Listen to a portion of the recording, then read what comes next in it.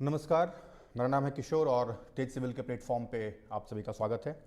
आज हम ऐसे की जो कक्षा होती है रेगुलर संडे को, उसमें जो आपको ऐसे दिए गए हैं उस पर डिस्कस करेंगे कि ऐसे का प्रारूप क्या होगा, क्या फॉर्मेट होगा। जब हम बात करते हैं कि निबंध लेखन जो 40 अंक का आरपीएससी ने बताया है बहुत ही अब निर्णायक है, तो उसकी तैयारी भी बहुत अच्छे से आपको करनी होगी, ताकि आप अगर बहुत अच्छा निबंध, बहुत प्रभावी निबंध लिखते हैं तो आप आराम से उसमें 28 से 30 अंक तक स्कोर कर सकते हैं।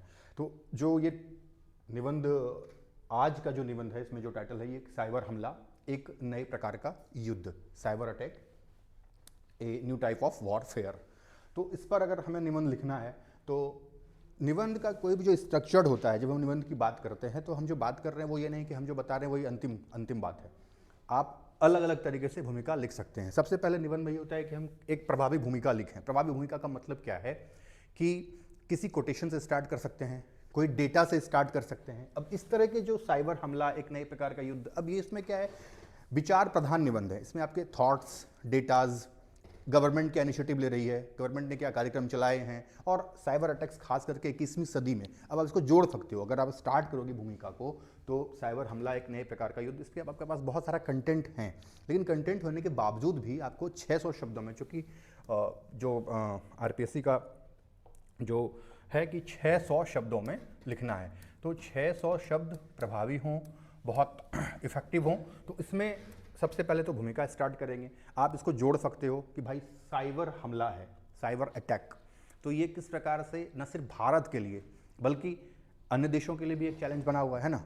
तो बना हुआ है तो किस प्रकार से भूमिका में आप स्टार्ट कर सकते हो कि 21वीं सदी के इस युग में, चूँकि हम इस 21वीं सदी के इस युग में रह रहे हैं, ये कौन सा युग है, डिजिटल का युग है, सूचना प्रौद्योगिकी का युग है ना। और डिजिटल क्रांति ने विश्व को आपस में जोड़ा है। वर्ल्ड जो है एक दूसरे से बहुत अंतर्निर्भर है, कनेक्टेड है सारी चीज़ें। अब वो जो ग्लोबल विलेज की संकल्पना है, सारी विश्व जो है एक वैश्विक गांव हो गया है, तो डिजिटल क्रांति ने जोड़ा है। हमारे सामने अवसर भी पैदा हुए हैं, जब अवसर पैदा हुए हैं तो उन अवसरों ने चुनौतियां भी पेश की हैं। तो यही है, आप यहाँ से स्टार्ट कर सकते हो कि 21वीं सदी के इस युग में सूचना प्रौद्योगिकी और डिजिटल क्रांति ने विश्व को आपस में जोड़ा है।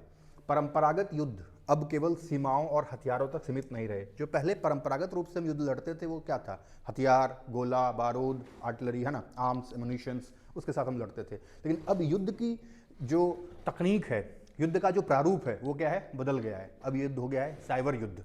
हम साइबर स्पेस में पहुंच गए हैं, वहां से युद्ध लड़ रहे हैं। दुश्मन देश हमें साइबर अटैक कर रहा है, हम उस पर साइबर अटैक कर रहे हैं। तो ये परंपरागत चीज़ें जो थी, जो सीमाओं और हथियारों के साथ हम लड़ते थे, वो अब नहीं रहा है। युद्ध बंदूकों से नहीं।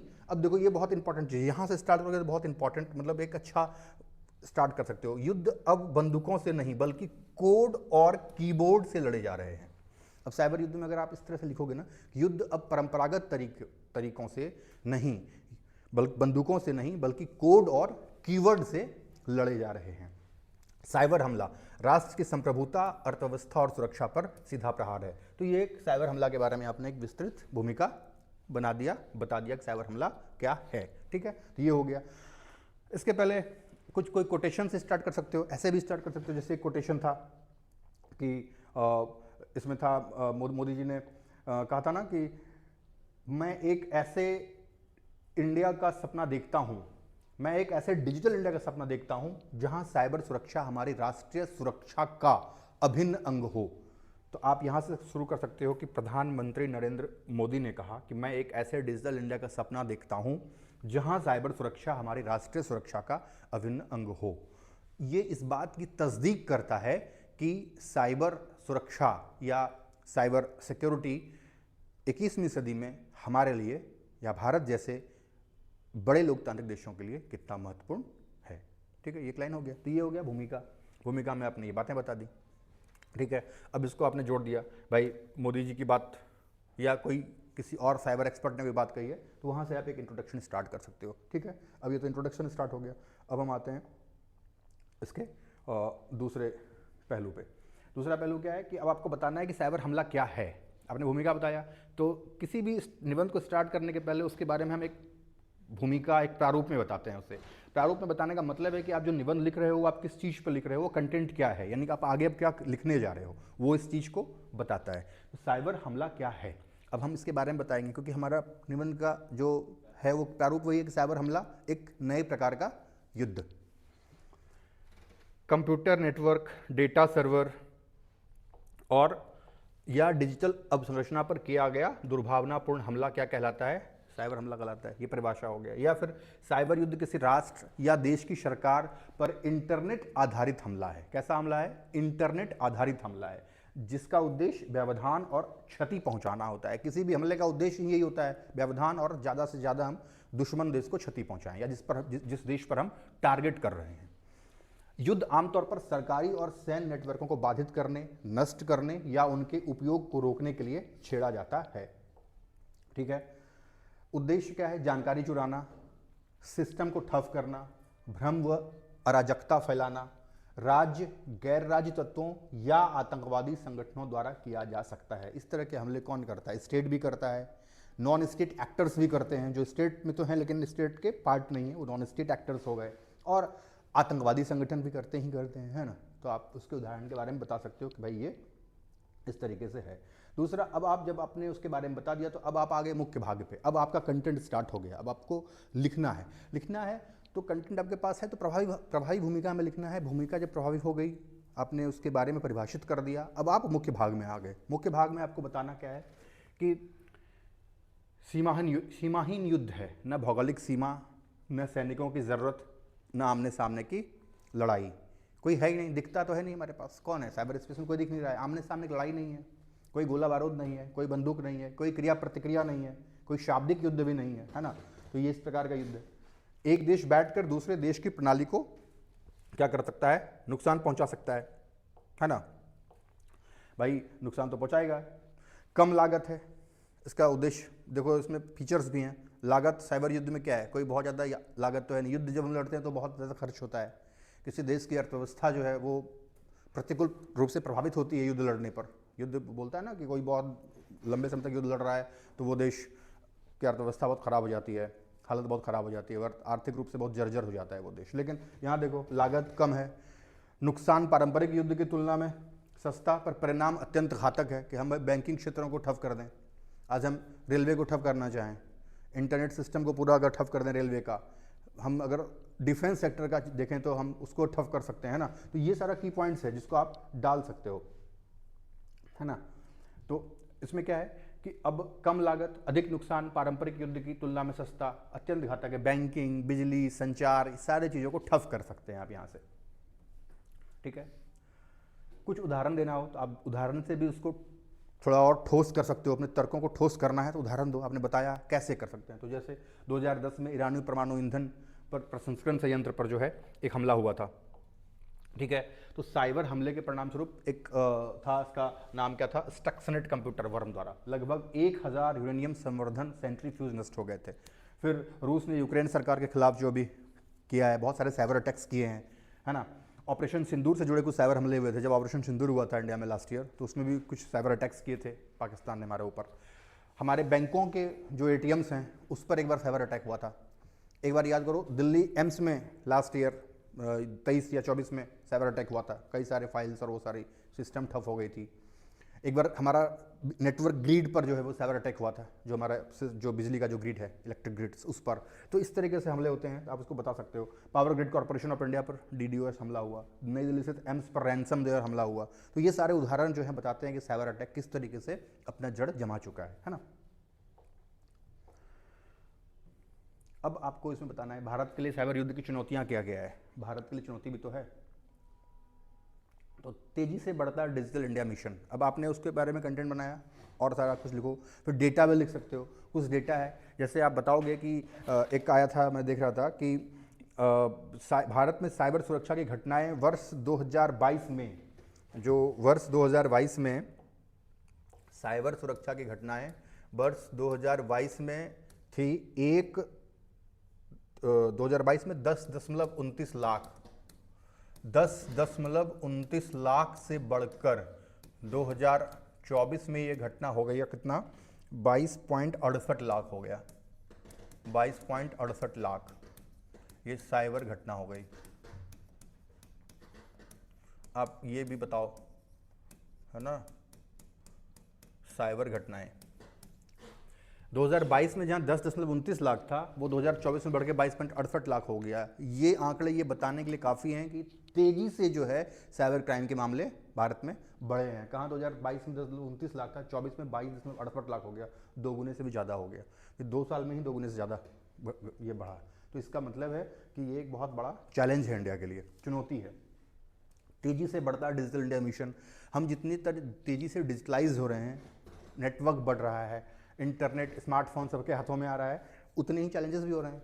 आजकल देखते हो डिजिटल अरेस्ट हो जाते हैं, डिजिटल अरेस्ट कर लेते हैं, घरों में बैठे बैठे डिजिटल अरेस्ट हो जाते हैं। 3 दिन 4 दिन तक वो सीबीआई, सीआईडी या फिर इन्फोर्समेंट डिपार्टमेंट का ऑफिसर बन के रखता है और करीब करीब 2 करोड़ 3 करोड़ जो भी उनके पास पैसे हैं उनसे वो ठग लेता है। आता है ना, बहुत सारे मामले देख रहे होगे पेपर्स में। दिल्ली में ठगा है अभी एक दंपति को, वो दंपति ने 1.5 करोड़ के आसपास उनसे लूट लिया।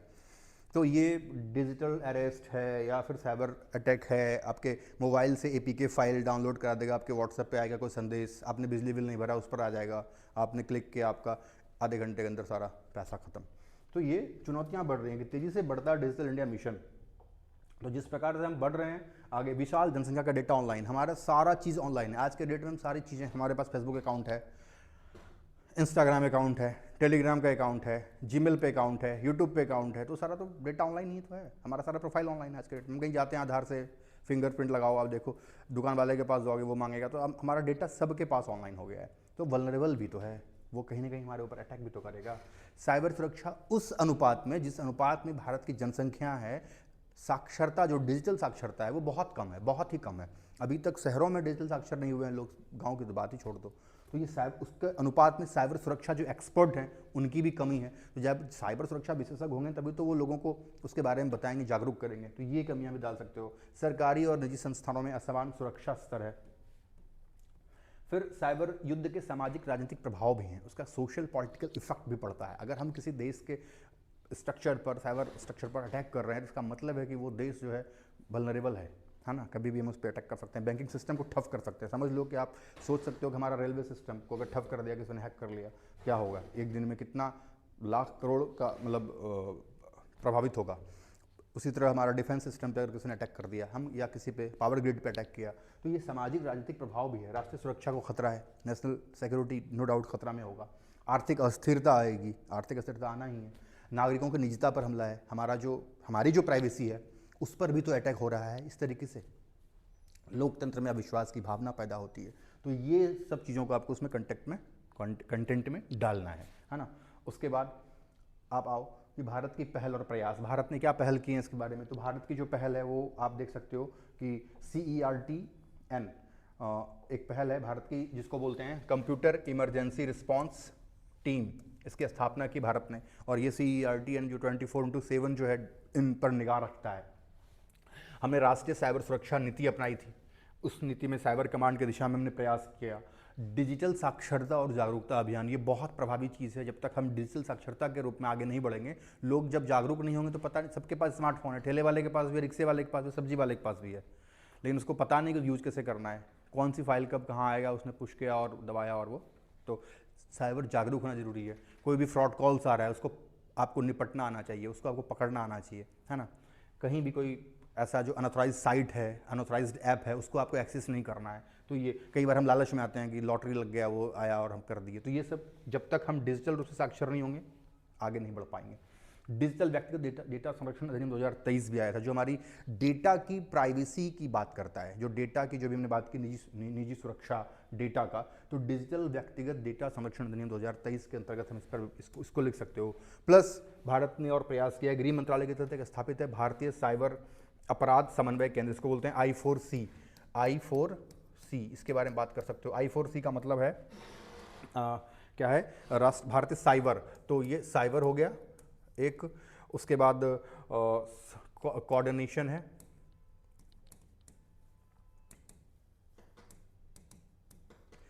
साइबर अपराध समन्वय केंद्र।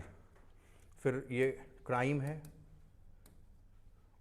साइबर क्राइम सेंटर, ये है ना।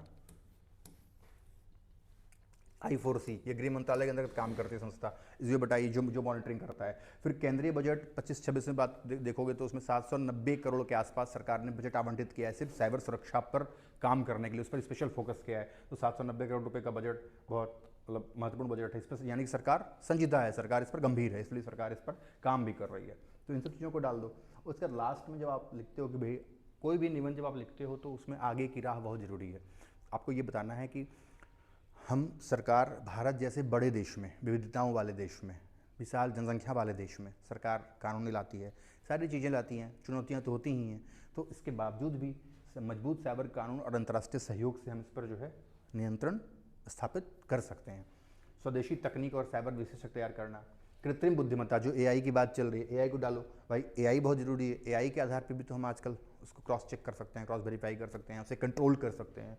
तो आधारित सुरक्षा तंत्र है। नागरिक स्तर पर साइबर जागरूकता, नागरिक स्तर पर हम नागरिकों को, जिससे हम रोड सेफ्टी निकालते हैं जागरूकता सप्ताह, उसी तरह साइबर सुरक्षा सप्ताह बनाना चाहिए। बहुत सारे आते भी मेल से बैंकों के कई बार वीक्स में कि वो साइबर सुरक्षा के बारे में बताएंगे आपको, तो उस तरीके से आप इसको वे आगे की राह में डाल सकते हो। फिर लास्ट में एक निष्कर्ष निकलता है कि साइबर हमला भविष्य नहीं, वर्तमान का युद्ध है।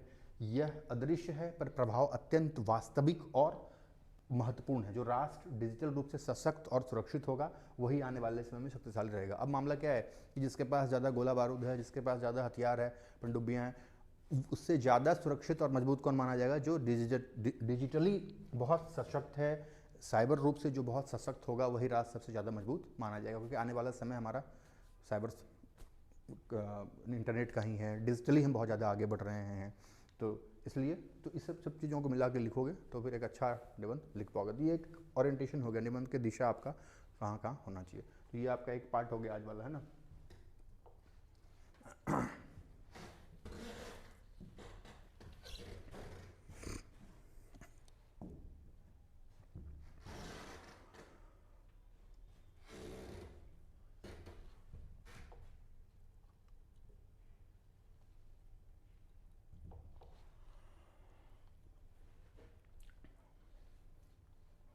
उसके बाद दूसरा निबंध कौन सा था आज का? उसका हेडिंग था ई कचरा ना, ये था ना, ई कचरा इलेक्ट्रॉनिक कचरा, वो भी उसी से जुड़ा हुआ है भाई, साइबर सुरक्षा है तो ई कचरा। अब साइबर यानी कि हम इंटरनेट रूप में बताए कि हम अगर देखो जनगणना में अभी हमारे पास 90 करोड़ 80 करोड़ लोगों के पास फ़ोन है लगभग। देश में कितना मतलब इलेक्ट्रॉनिक्स कचरा हो सकता है, और हर एक 2 साल 3 साल पे नए मोबाइल फ़ोन्स, नए इलेक्ट्रॉनिक गैजेट्स लोग खरीदते हैं, पुराना वाला आउटडेटेड हो जाता है। और जैसे पुरानी चीज़ें आउटडेटेड हुई वो क्या हो गया? इलेक्ट्रॉनिक कचरा बन गया। आपके घर में वॉशिंग मशीन रखा हुआ है, आपने सेमी ऑटोमेटिक मशीन अब फुल्ली ऑटोमेटिक ले आए तो सेमी वाला हो गया। चार्जर ख़राब हो गया तो दूसरा नया चार्जर ले आए तो वो चार्जर ख़त्म। पेन ड्राइव ख़राब हो गया तो पेन ड्राइव के बदले दूसरी चीज़ें आ गई, है ना। टीवी ख़राब है दूसरा तो एलसीडी दूसरी टीवी ले आए, वो सारा क्या है? कचरा ही तो है। आज ये रखा हुआ है प्रिंटर या माउस है, ये ख़राब हो गई, ये डिजिटल पेन ख़राब हो गया, क्या हो गया? दूसरा ले आए, ये कचरा हो गया। अब ये तो वो धूल और वो कचरा है नहीं, ये ई कचरा है, और ई कचरा बहुत ज़्यादा। तो यानी कि इस दौर में हमें इसको भी देखना पड़ेगा कि डिजिटल क्रांति तो हुआ है, लेकिन डिजिटल क्रांति ने कई सारे चैलेंजेस को भी पैदा किया है। तो आप इस तरीके से भी उसको स्टार्ट कर सकते हो कि यद्यपि डिजिटल क्रांति ने मानवीय जीवन में बहुत आसानी पहुंचाई है या सुगमता पैदा किया है, बावजूद इसके डिजिटल क्रांति के चुनौतियों में सर्वाधिक चुनौतियों में से एक महत्वपूर्ण विषय है ई कचरा, है ना। आप उसको ऐसे जोड़ सकते हो। तो डिजिटल क्रांति का संक्षिप्त परिचय दे दिए कि डिजिटल क्रांति क्या है, उसके बारे में बता दिए।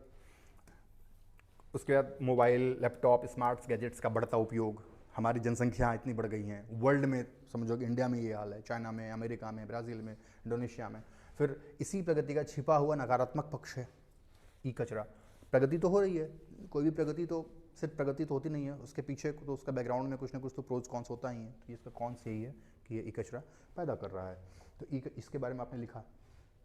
अब क्या है कि अब आप बताओगे, एक प्रभावी भूमिका भी लिख सकते हो। तो जैसे भूमिका में ये है कि हम एक प्रौद्योगिकी प्रधान समाज में रहते हैं। हमारा समाज अभी क्या है?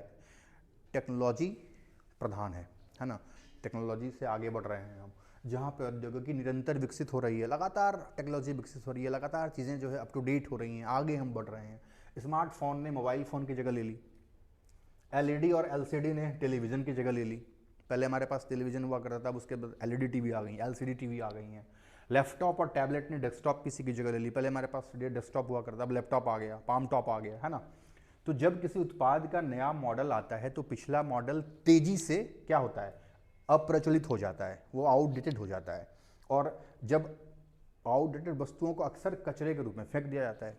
ये भी विद्युत उपकरण अपनी उपयोगी जीवन अवधि के अंत तक पहुंच चुके हैं और अवांछित टूटे हुए, यहां से अवांछित टूटे हुए या अप्रचलित हो चुके हैं। जो भी इस अवस्था से बाहर हो चुके हैं उन्हें ई कचरा कहा जाता है। अब ये डेफिनेशन दे दो, मतलब मैंने बता दिए, जरूरी नहीं है वो बहु जो मैंने बताया वही लिखना है, लेकिन आपको एक कॉन्सेप्ट आ गया कि ई कचरा क्या है। हमारे इलेक्ट्रॉनिक उपकरण जो उपयोग से बाहर हो चुके हैं, है ना, और या जो अपनी समय अवधि खो चुके हैं, उसे हम ई कचरा कहते हैं। जिसमें computer, mobile phone, television, washing machine, refrigerator आदि विद्युत उपकरण शामिल हैं। हो गया, उदाहरण में दे दिए। देखो सरल सहज लिखना है, भाषा सरल सहज हो लेकिन हो प्रभावी, जो हम कहना चाह रहे हैं, मतलब भटकना नहीं है, क्योंकि 600 शब्दों में लिखना है आपको। तो आप ये लिख दिए। अब आपने इसके बारे में बता दिया, ई कचरा के बारे में बताया भाई ई कचरा क्या है। अब आप इसके मुख्य भाग में आइए। क्या बोल रहा है कि ई कचरे की समस्या, गंभीरता। भाई ई कचरे की समस्या क्या है? ई कचरे की समस्या का पैमाना है हर साल बढ़ती ई कचरे की मात्रा। अब एक डेटा आया कि वर्ष 2024 में 38 लाख मीट्रिक टन। अब जहां आप लिख रहे हो ना, वहां आपके पास कुछ प्रासंगिक डेटा भी होना चाहिए, कुछ इफेक्टिव डेटा का यूज करो। जब आप एनालिसिस करते हो और वहां डेटा यूज करते हो तो वो बहुत आंसर प्रभावी होता है। सिर्फ एनालिसिस से काम नहीं चलेगा और सिर्फ डेटा से काम नहीं चलेगा। एनालिसिस और डेटा का संतुलित प्रयोग आपके आंसर राइटिंग में दिखना चाहिए। तो जब आपने एनालिसिस किया वहां, अब यहाँ आप डेटा के साथ आओ कि वर्ष 2024 में 38 lakh metric ton, 3.8 lakh metric ton e अपशिष्ट उत्पन्न होने के साथ भारत चीन और अमेरिका के बाद विश्व का तीसरा सबसे बड़ा ई अपशिष्ट उत्पादक देश बनकर उभरा है। अब चीन और अमेरिका के बाद भारत तीसरा सबसे बड़ा है ई कचरा उत्पादक। तो ये यानी कि डेटा है 24 का, है ना। तो यानी कि ये बताने के लिए काफ़ी है कि हमारे देश में कचरा कितना उत्पन्न होता है। विकसित और विकासशील देशों में स्थिति क्या है, और भी देशों के थोड़ा तुलना कर दो कि भाई अगर है तो उसमें यूएसए की क्या स्थिति है ना। थोड़ा यूएसए के बारे में बताओ, ब्रिटेन के बारे में बताओ, चाइना है तो चाइना के बारे में बता दो। तो ये थोड़ा विकसित और विकासशील देशों के बारे में बता के स्थिति क्लियर करो थोड़ा। अवैध डंपिंग और रिसाइकलिंग की समस्याएं भी तो हैं। डंपिंग नहीं हो पा रही है अच्छे से, रिसाइकलिंग नहीं हो पा रहा है। अब भारत ने जो है इतना कितना अच्छा 3.8 मिलियन मीट्रिक टन अपशिष्ट किया, उसमें से कितने 0.5 के आसपास उसका रिसाइकलिंग हो पाया, बाकी तो सारा कचरा ही है। तो वो कचरा फिर जाएगा तो वो कचरा कहाँ प्रदूषण उत्पन्न करेगा और किस तरीके से प्रदूषण उत्पन्न करेगा वो भी देखते हैं। सबसे बड़ा प्रभाव क्या है? पर्यावरण पर प्रभाव पड़ेगा। पर्यावरण पर सबसे बड़ा इफेक्ट है इसका, ऑब्वियस सी बात है, पर्यावरण पर इफेक्ट पड़ेगा। प्रकृति को होने वाले नुकसान, मिट्टी और जल प्रदूषण, जहरीले तत्व हैं सीसा, पारा, कैडमियम, वन्य जीवों पर प्रभाव है, अन्य पर्यावरणीय असंतुलन भी हैं। तो आप इन सब को इसमें लिखो। उसके बाद आप इसको इस तरह से बताओ कि मान लो ये पर्यावरणीय प्रभाव पड़ेगा तो इसका मानव स्वास्थ्य पर असर पड़ेगा कि नहीं। मानव स्वास्थ्य पे असर पड़ेगा तो मानव स्वास्थ्य पे खर्चा करेगा, तो सब जो स्वास्थ्य पे खर्चा करेगा तो उसका जीडीपी पे असर पड़ेगा, जीडीपी पे असर पड़ेगा तो भारतीय अर्थव्यवस्था पे असर पड़ेगा। यानी इसको लिंक करो, है ना।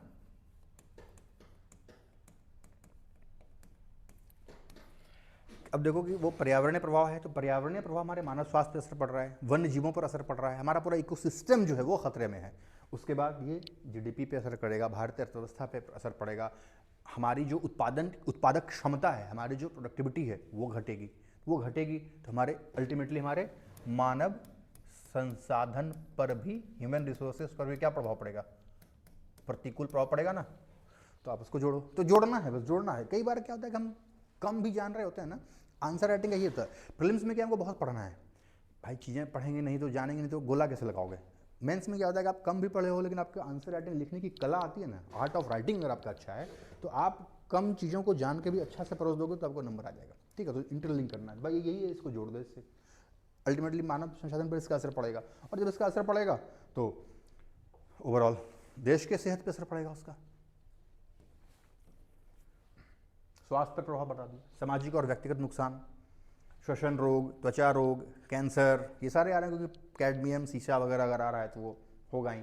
रेज भी उत्पन्न करते हैं वो, एक समय के बाद अगर उसका ख़राब होता है तो वो कई तरह के दुष्परिणाम भी करते हैं, जो कि बच्चों और मजदूरों पर विशेष प्रभाव है, बच्चों पर पड़ेगा। जो वल्नरेबल सेक्शन है, महिलाएं हैं, बुजुर्ग हैं, जो गंभीर रूप से बीमार हैं, उस पर ये ई कचरे का ज़्यादा इफेक्ट पड़ता है। तो ये आप यहाँ बता सकते हो उसको कि भाई इसका इफेक्ट ये है। दूसरा, ई कचरे का जो निपटान करने की जो वर्तमान स्थिति है भारत में, उस पर भी बताओ कि मौजूदा व्यवस्था की क्या कमियां हैं। भारत दुनिया में ई कचरा प्रबंधन की स्थिति में कौन से पोजीशन पे है। भारत ने जो ई कचरा जो बताया 3.68 मिलियन मीट्रिक टन, उसमें से कितना मात्र 0.5% के आसपास ही कर पा रहा है। तो वो अगर कचरा निपटान की व्यवस्था नहीं है तो सरकारी मैकेनिज्म में कहाँ दिक्कत है, क्या खामियाँ हैं, उस पर थोड़े बारे में बताओ, 2-4-5 लाइन। फिर समाधान और सुझाव। समाधान सुझाव क्या हो सकता है कि समस्या से बाहर निकलने का रास्ता दिखाइए, क्या कर सकते हैं। अब इसमें एक मोदी जी जब भी आते हैं तो वो कुछ न कुछ कॉन्सेप्ट देते हैं। एक वो 3R का कॉन्सेप्ट है ना, 3R में क्या है, रिड्यूस, रीयूज़, रिसाइकल। ये बहुत जरूरी, रिड्यूस कीजिए, फिर उसका रीयूज़ कीजिए और रिसाइकल कीजिए। रिसाइकल करेंगे तो फिर हम कचरे का जो निपटान है वो सबसे बेहतर तरीके से हम इसे कर सकते हैं प्रतिपादित। क्योंकि जब हम रिसाइकल कर लेंगे ना तो हमारे पास कचरा बचेगा ही नहीं उतना। ये रिसाइकल की समस्या है। ये 3R पर चलना है, रिड्यूस, रीयूज़ और रिसाइकल। सरकार की भूमिका, कंपनियों की जिम्मेदारी भी है, जो कंपनियां बनाती हैं, EPR कहते हैं उसे, एक्सटेंडेड प्रोड्यूसर रिस्पॉन्सिबिलिटी, कि वो किस प्रकार से इसकी रिस्पॉन्सिबिलिटी को वहन करता है। आम नागरिकों की भूमिका क्या है, हमारी आपकी भूमिका क्या है ना, उस पर भी रखें। हम घर में अमूमन सूखा कचरा, गीला कचरा वाला ही रखते हैं, ई वेस्ट का नहीं रखते हैं। जबकि ई वेस्ट का भी हमारे पास एक होना चाहिए जहाँ के सारे इलेक्ट्रॉनिक कचरों को हम एक जगह रखें। हम क्या करते हैं, ख़राब हो गया मोबाइल या चार्जर, तो वो हमारा जो गीला कचरा और सूखे कचरे वाला पॉलिथीन है उसी में डाल देते हैं और फेंक देते हैं, जबकि वो गलत है ना। तो आम नागरिकों की भूमिका भी कचरे प्रबंधन के मामले में होनी चाहिए। अगर किसी को नहीं पता है तो एक सजग नागरिक की भूमिका में हम बताएंगे, हम अपने पड़ोसियों को बताएंगे। आप अगर पढ़े लिखे हो तो हमारे पढ़े लिखे होने का उद्देश्य क्या है कि हम अगर कोई गलत कर रहा है या वो नहीं जान रहा है तो उसको हम समझाएं, ये भी जरूरी है। तो सब चीज़ सरकार के भरोसे नहीं छोड़ना है, आम नागरिकों की भूमिका भी तो बहुत ज़रूरी है। तो आम नागरिक होने के नाते अगर हमें पता है तो हम बगल वाले को या अपने घर में ही सदस्यों को बताएंगे कि ये ई कचरा है, आप उस पॉलिथीन में मत डालिए, उसको अलग से निपटान करेंगे। तो ये भी जरूरी है। निष्कर्ष फिर लास्ट में कि डिजिटल प्रगति जरूरी है, लेकिन जिम्मेदारी के साथ ई कचरे का सही प्रबंधन ही। अब आप जोड़ो, जो आपने वहाँ सतत विकास वगैरह पढ़ा होगा GS में, सतत विकास कब होगा भाई, सस्टेनेबल डेवलपमेंट सारा यूज हम ही कर लेंगे, सारी चीज़ें कर लेंगे, तुम्हारी आने वाली पीढ़ियाँ करेंगी क्या। तो हम अपनी आने वाली पीढ़ियों के लिए कितना अच्छा वातावरण छोड़ रहे हैं, कितना अच्छा पर्यावरण दे रहे हैं, कितना अच्छा उनको इकोसिस्टम दे रहे हैं। तो वो इसको आप यहाँ जोड़ो, सतत विकास की कुंजी भविष्य की पीढ़ियों के लिए सुरक्षित पर्यावरण का संदेश। कोई देश जब तक अपने पर्यावरण को नहीं बचाएगा, अपने पर्यावरण की सुरक्षा नहीं करेगा, वो देश बहुत सशक्त देश नहीं हो सकता है। जैसे साइबर सुरक्षा में बताया, उसी तरह से बताओ कि पर्यावरणीय रूप से एक बहुत मजबूत देश ही आगे अपने सतत विकास की चीज़ों को कर सकता है, और जो आने वाली पीढ़ियाँ हैं वो भी इस चीज़ को ध्यान में रखते हुए आगे कार्य करेंगी। तो ये एक पॉजिटिव कंक्लूजन हमेशा निबंध में बनता है, ठीक है। तो इसको आप देखें, फिर ये कंक्लूड करो, और इस तरह से ये आपका हो जाएगा मैटर। कुछ चीज़ें जैसे ई कचरे में, अब आपका काम क्या है, कुछ डेटा निकाल लो। जैसे इस बार बजट अगर आया है तो अब बजट से देखो कि ई कचरे में, इलेक्ट्रॉनिक कचरे के बारे में या सरकार ने कुछ ऐसा प्रावधान किया है क्या, कुछ ऐसी स्कीम्स लाए हुए हैं। तो ये स्कीम्स वगैरह, आपका काम क्या है कि आपने ये कंटेंट तो मैंने बताया, अब आप उसमें और वैल्यू एडिशन करो, ठीक है। वैल्यू एडिशन क्या करना है कि मान लो कि बजट में सरकार ने ई कचरे पे या साइबर सुरक्षा पे, जैसे मैंने बताया कि 790 करोड़ रुपए का खर्चा है ना। तो ये आपको देखना है कि भाई इसमें ई कचरे पे सरकार ने क्या किया है। सरकार ने ई कचरे को लेकर कोई कानून भी लाया है क्या, इसको भी देखना होगा। अगर आया है तो उसको, अब हमें क्या करना है ना, वैल्यू एडिशन में ये होता है कि किसी भी चीज़ में वैल्यू एडिशन ये आपके आंसर राइटिंग को बहुत अच्छा बना देता है। अब आप 1-2 वाक्य लिखोगे ना तो सामान्य तौर पर जो और भी प्रतियोगी और भी अभ्यर्थियों ने लिखा होगा, आपको यहाँ ज़्यादा नंबर मिलेगा। क्योंकि निबंध में आपको मैप नहीं बनाना होता है, निबंध में मैप नहीं बनाया जाता है। निबंध में डेटा पॉइंट वाइज नहीं लिखते हैं, बुलेट फॉर्म में नहीं लिखते हैं। हमने बनाया हुआ है, निबंध वाला वीडियो देखना, उसमें निबंध का वो बेसिक चीज़ है जहाँ हमें इसे फॉलो करना होता है। तो हमारे पास डेटा ही है, हमारे पास फैक्ट है, एनालिसिस है, तो उसको कितने अच्छे तरीके से इस्तेमाल कर सकते हैं। अब 1-2 चीज़ आप अच्छा लिख दोगे तो आपको वहीं 1-1.5 नंबर ज़्यादा मिल जाएगा अन्य विद्यार्थियों से, क्योंकि आपने ये मिला दिया। तो ये देखना है योजना, प्लस सरकार की पहल क्या हो रही है, आम नागरिक इसमें क्या इस्तेमाल कर रहे हैं। आपके आसपास कोई ऐसा कुछ इंसिडेंट्स हो रहा है कि जो बहुत इफेक्टिव है, तो आप उसको उदाहरण में डाल सकते हो, कुछ अच्छे एग्जाम्पल डालो, है ना।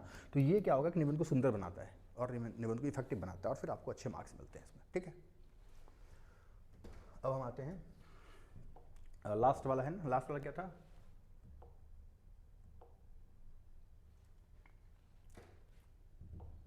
जल वाला, ये तो लिख लोगे इस पे। जल वाले में बस एक बार बता देते हैं कि भारत में जल संकट कारण, परिणाम और समाधान। अब भारत में जल संकट कारण तो क्या है, जल संकट का कारण बहुत नॉर्मल है, पता ही। और राजस्थान जैसी जगह में तो और बहुत दिक्कत, जहाँ बैठे हो आप, जहाँ हो ये तो भारत में जल संकट का कारण, परिणाम और समाधान। अब जल का कोई कोटेशन है, अब राजेंद्र सिंह हुआ करते, जल पुरुष कहते हैं उन्हें, उनका कोई कोटेशन हो डाल सकते हो। महात्मा गांधी ने भी कुछ बातें कही होंगी जल संरक्षण के बारे में, तो उसको बताओ, उनसे स्टार्ट कर सकते हो कोई लोगोक्ति। या प्रधानमंत्री कई बार कई जगह पे जाते हैं, या COP 25-30 की बैठक हो रही है, पर्यावरण सम्मेलन पे हो रही है, उसमें किसी जल संरक्षण के बारे में कोई बैठक उठक हुई है, या जल दिवस पे कोई अच्छी बातें हुई हैं, तो आप वहाँ से अपने कोटेशन को स्टार्ट कर सकते हो कभी ये बात करके, ठीक है। तो जल के बारे में बताया अपना, जल का जीवन में महत्व क्या है, भारत में बढ़ता जल संकट, राष्ट्रीय चुनौतियाँ क्यों हैं उसके बारे में आप बता रहे हो, वर्तमान स्थिति क्या है, ठीक है। मान लो जीवन का आधार, संकेत वाक्य, जल जीवन का आधार है, परंतु आज भारत भी गंभीर जल संकट का सामना कर रहा है। अब आप इसको प्रौद्योगिकी और साइबर सुरक्षा वाला जो 2 निबंध है उसी के साथ जोड़ दो। कैसे जोड़ सकते हो? जोड़ने का मतलब ये होता है कि मान लो जल संकट का है, आप बताओ कि हमारे पास पहनने के लिए बहुत अच्छे कपड़े हैं, चलाने के लिए बहुत अच्छा स्मार्टफोन है, हम जाते हैं तो हमारे पास बहुत बढ़िया गाड़ी है, लेकिन पीने के लिए पानी नहीं है, तो फिर क्या हो सकता है, समझ लो। तो उसको उस तरह से जोड़ सकते हो, है ना, कि आज आदमी प्रगति में, अंधाधुंध विकास की दौड़ में आगे तो बढ़ रहा है, लेकिन हमारी जो सबसे बुनियादी चीज़ें हैं, जल, जल है तो कल है, इसे स्टार्ट करो, जल है तो कल है, और जल ही नहीं रहेगा तो फिर हम कैसे कर सकते हैं। बेंगलुरु में 2-3 साल पहले याद करो कि वो ग्राउंड वाटर और वो सारे वाटर से ख़त्म हो गए थे, है ना, वहाँ ऑफिस वर्क फ्रॉम होम करना पड़ गया था, ऑफिस में कई जगह पानी ख़त्म हो गया था, ग्राउंड वाटर जल्दी सूखता जा रहा है। तो इस तरह से भी कुछ उदाहरण है, तो यहाँ से आप शुरू कर सकते हो। ये तो बहुत अच्छा है कि आराम से निबंध लिख सकते हो, भूमिका में डाल दो। अब कारण क्या है, कारण अलग अलग कारण है, उसको अलग अलग खांचे में डालो। प्राकृतिक कारण है, प्राकृतिक कारण तो भाई अनियमित मानसून है, ये तो पता है, पढ़े ही हो, जलवायु परिवर्तन, सूखा और वर्षा में कमी। मानवीय कारण है, मानवीय कारण बहुत ज़्यादा है, जनसंख्या वृद्धि है, भूजल का अत्यधिक दोहन है, हम ग्राउंड वाटर का बहुत ज़्यादा यूटिलाइज कर रहे हैं, इस तरीके से दोहन करेंगे तो ख़त्म होगा। जल स्रोतों का प्रदूषण है, वनों की कटाई लगातार हो रही है, शहरीकरण और औद्योगिकीकरण, ये बहुत बड़ा मेजर कॉजेज़ है जो जल संकट हो रहा है हमारा, शहरीकरण और औद्योगिकीकरण, इसकी वजह से जल संकट है। पारंपरिक जल संरक्षण प्रणालियों की अपेक्षा हमारे पास तालाब हुए करते थे, बावड़ियाँ हुआ करती थी, कुएँ हुआ करते थे, आजकल सब गायब है। गाँव में देखो तो वहाँ भी अब धीरे खत्म हो रहे हैं। तो ये पारंपरिक जल संरक्षण हम नहीं करेंगे तो आने वाले समय को फिर यहाँ आप सतत विकास वाला भी जोड़ो कॉन्सेप्ट को, है ना। तो इस प्रकार से इसको आगे कर सकते हो। भूमिका में जल संकट के परिणाम, वो कारण हो गया, परिणाम क्या है भाई, उद्देश्य संकट के प्रभाव, सामाजिक प्रभाव, पीने के पानी की कमी, ग्रामीण क्षेत्रों से पलायन, महिलाओं पर बोझ। देखो बीकानेर और अवार्ड में वो महिलाएं वो मटका ले लेके कितने 10-10 किलोमीटर, 12-12 किलोमीटर तो दूर जाती हैं, पानी लेके आती हैं। उड़ीसा में, आंध्र प्रदेश में, छत्तीसगढ़ में कई जगह जब देखो पानी होगी, वो कई बार BBC की रिपोर्ट में देखा होगा आपने। आर्थिक प्रभाव, फिर सामाजिक प्रभाव होगा तो ऑटोमेटिक रूप से वो आर्थिक प्रभाव भी होगा। तो कृषि उत्पादन में कमी, किसानों की समस्याएं, औद्योगिक विकास पर असर, अर्थव्यवस्था पर उसका प्रतिकूल असर पड़ेगा। पर्यावरणीय प्रभाव, नदियों और झीलों का सूखना, जैव विविधता पर खतरा, भूमि का बंजर होना, ये सारे पर्यावरणीय प्रभाव हैं। आजकल तो एक और प्रभाव आ गया, सामाजिक प्रभाव। जिस गांव में पानी नहीं है उस गांव में लड़कों की शादियाँ नहीं हो रही हैं। पढ़ लेना, रिपोर्ट एक आया था, एक रिपोर्ट में आया था, बोला कि हम अपनी लड़कियां देंगे नहीं, बोला क्यों, क्योंकि वहाँ पानी नहीं है, तुम्हारी वो लड़की जाएगी नहीं, हमारी तो बेटी को देंगे नहीं। तो समझो कि इसका फिर सामाजिक प्रभाव भी है बहुत, ये है। अभी कहीं मैं देख रहा था, एक दिन आर्टिकल पढ़ रहा था, तो वो सामाजिक प्रभाव था कि वहाँ उस गाँव में पानी की कमी है, तो वहाँ लड़की देना नहीं चाह रहे हैं गाँव वाले, तो उस गांव के लड़कों की शादियां नहीं हो रही है। तो ये सोशल इफेक्ट भी तो हो रहा है। तो पानी का सिर्फ मामला पर्यावरण और आर्थिक प्रभाव तक नहीं हो गया है, हमारे निजी जीवन में भी इसका असर है। निजी जीवन में स्वास्थ्य तो है ही, पानी नहीं पिएंगे तो मर जाएंगे, शादियां भी नहीं हो रही हैं, तो इसका ये भी असर है। तो यानी कि ये गंभीर चुनौतियां हैं। वर्तमान प्रयास और सरकारी योजनाएं, सरकार बहुत सारी योजनाएं भी चला रही हैं, जागरूक भी कर रही है ना। तो उसमें जल जीवन मिशन, ये बता दो, नमामि गंगे योजना है, प्लस अब राजस्थान का निबंध लिख रही हो तो राजस्थान सरकार ने कुछ अगर इनिशिएटिव लिया हुआ है ना, तो उसको भी जोड़ देना है इसमें। जब भी कुछ लिखो तो राजस्थान का, चूंकि है RS का एग्जाम दे रहे, तो राजस्थान सरकार की कोई योजना है, कोई प्लान है, कोई ऐसा है, तुरंत उसको जोड़ो, उसमें 2-3 लाइन उसको जरूर जोड़ो, अंडरलाइन करो उसको, तो वो ज़्यादा तुम्हें नंबर दिलाएगा, है ना। वर्षा जल संरक्षण, रेन वाटर हार्वेस्टिंग, परंपरागत तकनीक है हमारा ये। तो जल संरक्षण अभियान है, जन जागरूकता कार्यक्रम है, स्कूलों में, कॉलेजों में होर्डिंग्स बोर्डिंग लगा के, टीवी पे, बैनर्स पे, इस तरीके से हम एडवर्टीजमेंट करके भी जल संरक्षण के बारे में लोगों को जागरूक कर सकते हैं। और जल संरक्षण तो बहुत ज़रूरी है, जल नहीं रहेगा तो फिर दुनिया ही कायम नहीं रहेगा।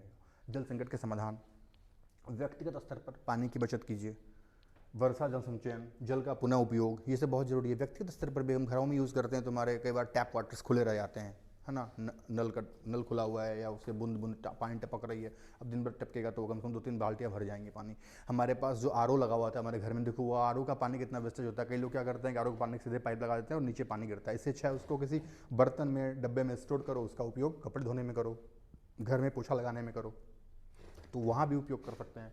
तो जल सामुदायिक स्तर पर कर सकते हो, तालाबों और कुओं का संरक्षण, सामूहिक जल प्रबंधन, जन जागरूकता अभियान, सरकारी नीतिगत स्तर पर सख्त जल नीति, भूजल नियंत्रण कानून, टिकाऊ कृषि तकनीकें, ड्रिप इरिगेशन और स्प्रिंकलर सिंचाई, राजस्थान में होता है ड्रिप, जहाँ भाई सूखाग्रस्त क्षेत्र है वहाँ कैसे इस तरीके से हम पानी बचाते हैं, है ना। तो ये है, प्लस निष्कर्ष है, जल संकट एक गंभीर समस्या है। अब तो कई बार है कि समुद्रों के पानियों को भी किस तरह पीने योग्य बनाना है, इस पर भी, इस तकनीक पर भी काम चल रहा है ना। इजराइल वगैरह काम कर रहा है कि हम समुद्र के पानी को भी पीने योग्य बनाएं, उसे रोजमर्रा के जीवन में किस तरह से उपयोग कर रहे हैं। तो प्रौद्योगिकी का भी इस्तेमाल करना है, तो कैसे करना है वो बताओ। समाधान संभव है यदि सरकार और नागरिक मिलकर प्रयास करें। जल है तो कल है, जैसे प्रेरक वाक्य से समाप्ति कर सकते हो। यदि आज हम जल संरक्षण नहीं करेंगे तो आने वाली पीढ़ियां हमें क्षमा नहीं करेंगी। फिर ये सतत विकास वाला मामला आ जाता है, तो सस्टेनेबल डेवलपमेंट को यहाँ भी आप जोड़ सकते हो कि सतत विकास की कड़ी में, प्लस यूएन ने या इस तरीके से किसी वैश्विक मंचों पर जल संरक्षण के बारे में टिप्पणियाँ हुई हैं, कोट्स हुए हैं, तो आप उसको डालो। तो इस तरीके से आप बता सकते हो, इसको जोड़ो। मतलब किसी भी चीज़ को ना जितना इंटरलिंक करोगे ना चीज़ों को, उतना अच्छा निबंध होगा। निबंध का मतलब ही होता है कि आप किसी भाषा शैली आपकी इतनी अच्छी है कि आप कम भी पढ़े हो तो आप उसको अच्छे से इंट्रो दे के चीज़ों को देख के कर सकते हो। तो ये आपका आज का टॉप है, तो अब अच्छे से इसको लिखना, ज़्यादा अच्छा लिख पाओगे। ठीक है, थैंक यू। बाकी कोई सवाल हो पूछ सकते हो। कुछ पूछना है,